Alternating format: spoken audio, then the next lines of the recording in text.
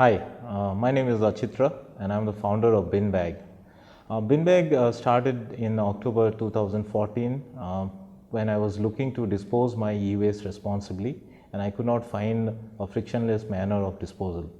I did try to contact few recyclers who I thought would come and pick it up because I was trying to do something responsible, but that did not happen because they are looking for a huge volume to pick up.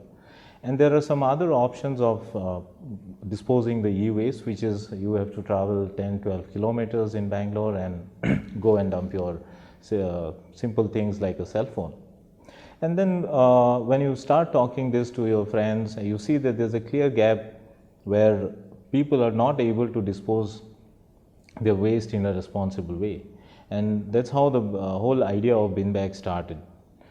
I have spent about 10 years in the corporate sector working for a venture capital firm. So I understood that it's not just an idea that makes it a business, but it also has to make a business sense for an idea to become an organization.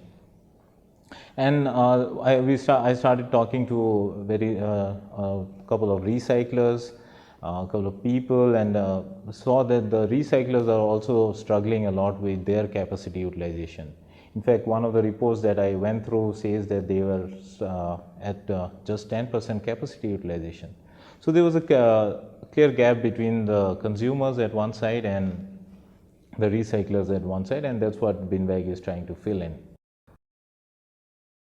Hi, I'm Amisha Sethi. I am one of the co-founders here at BinBag. I have a unique designation which says fun holder, which is so true. I am supposed to ensure that in this whole journey that we started 4 months back, we have constant fun going on. And that's what our brand is, by the way. BinBag is a fun and responsible brand. We are looking at creating a new ecosystem altogether, a new ecosystem that has individual responsible households, people out there, young people, people in early 30s who are out there to contribute in their little bit to the sustainability of the planet or making a better society. We have waste pickers who are out there working day in, day out, and we look at in terms of improving their standard of living.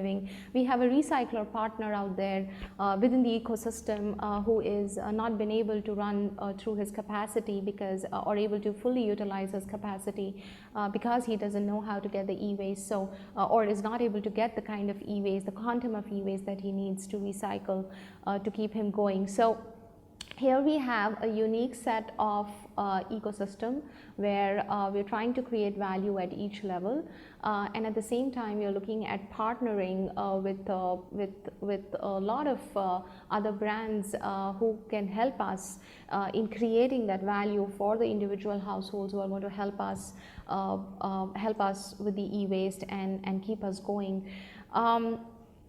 It's a unique thing here because you're getting rewarded for a good thing that you're doing, and you're getting rewarded not just mere cash, which you might expect out of when you give away waste from your home, but this is not just mere cash. It's fun. You get saving vouchers, you get certificates, you get recognition that you're doing something so amazing. And the kind of segments that we are looking at right now for in terms of our business model, we are looking at students, we are looking at colleges, schools, institutions, small, medium businesses, and of course the major segment of our is consumers, which is individual households who are creating tons and tons of e-waste every year. And we are really bridging the gap there. We are the last mile who would ensure that the e-waste gets picked up from an individual household or a college or an apartment and then gets delivered, then gets recycled properly by an authorized recycler.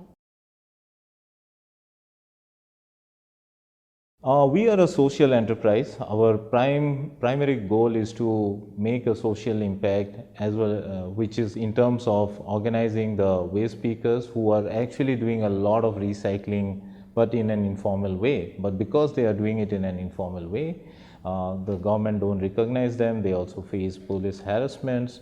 And we thought, they are the last mile. So what we thought is if we can bring them into a formal way of collecting waste that would really have an impact on their livelihood, as well as also solve the problem for the consumers who are anyway looking at disposing the waste. Now, here between a social and a profit objective, I would like to make it a clear distinction between how a social enterprise differs from a commercial enterprise. Is that in social enterprise, the value creation is the most important driver as opposed to a value appropriation, which is in a commercial enterprise. And that's where we are trying to do a balance between value creation and value appropriation.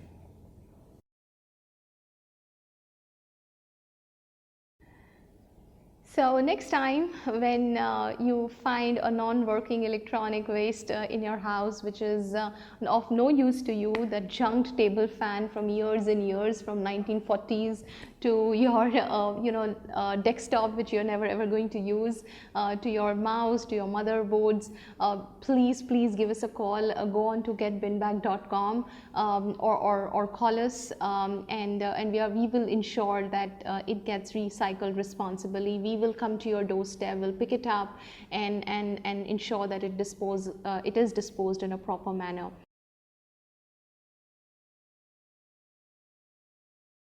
Our culture, we are extremely young here as a team, and we are looking at people who are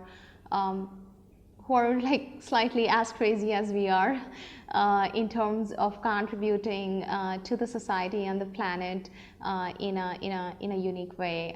It's not just like any other startup. Of course, like any other startup, we have lofty dreams, but at the same time, we have a commitment here, and we've made as co-founders here. We've done a serious commitment here to contribute and bring people, planet, technology all together. Thanks.